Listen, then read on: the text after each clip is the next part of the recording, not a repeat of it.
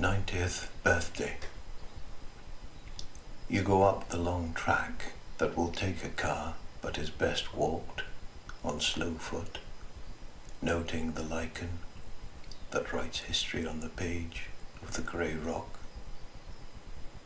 Trees are about you at first, but yield to the green bracken. The nightjar's house. You can hear it spin on warm evenings, but it is still now in the noonday heat. Only the lesser voices sound, blue fly and nyat, and the streams whisper.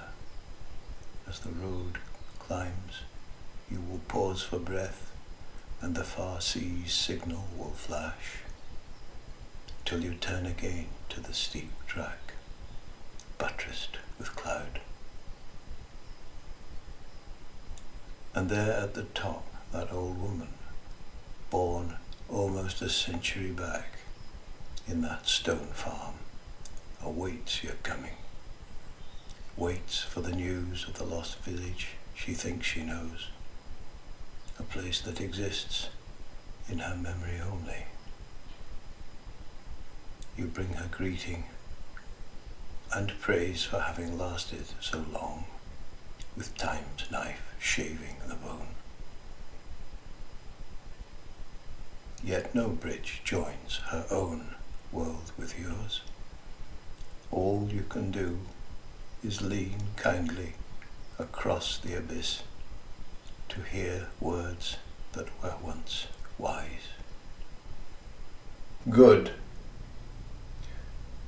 The old man comes out on the hill and looks down to recall earlier days in the valley. He sees the stream shine, the church stand, hears the litter of children's voices. A chill in the flesh tells him that death is not far off. Now, it is the shadow under the great boughs of life. His garden has herbs growing. The kestrel goes by with fresh prey in its claws. The wind scatters the scent of wild beans. The tractor operates on the earth's body. His grandson is there, ploughing. His young wife fetches him cakes and tea and a dark smile. It is well. The way of it. With her fingers she turns paint into flowers. With her body, flowers into a remembrance of herself.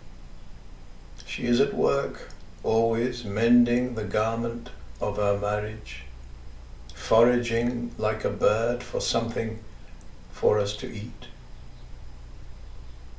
If there are thorns in my life, it is she who will press her breast to them and sing. Her words, when she would scold, are too sharp. She is busy after for hours rubbing smiles into the wounds.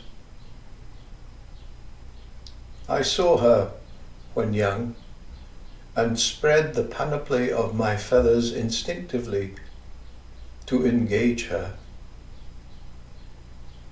She was not deceived, but accepted me as a girl will under a thin moon, in love's absence, as someone she could build a home with for her imagined child. The visit.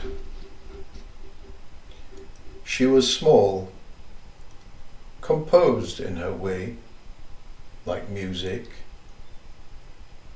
She sat in the chair I had not offered, smiling at my left shoulder. I waited on for the sentences her smile sugared. That the tongue is a whip needed no proving, and yet her eye fondled me. It was clear what anger brought her to my door would not unleash the coils. Instead, she began rehearsing for her departure. As though ashamed of a long stay, she rose, touched the tips of my cold hand with hers, and turned to the closed door.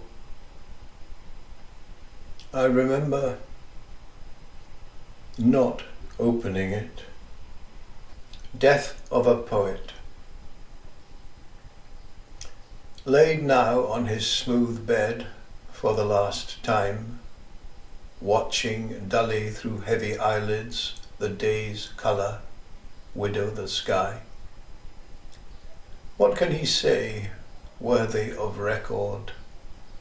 The books all open, pens ready, the faces sad, waiting gravely for the tired lips to move once. What can he say? His tongue wrestles to force one word past the thick phlegm. No speech, no phrases for the day's news, just the one word, sorry. Sorry for the lies, for the long failure in the poet's war, that he preferred the easier rhythms of the heart to the mind's scansion. But now he dies intestate, having nothing to leave but a few songs, cold as stones, in the thin hands that asked for bread.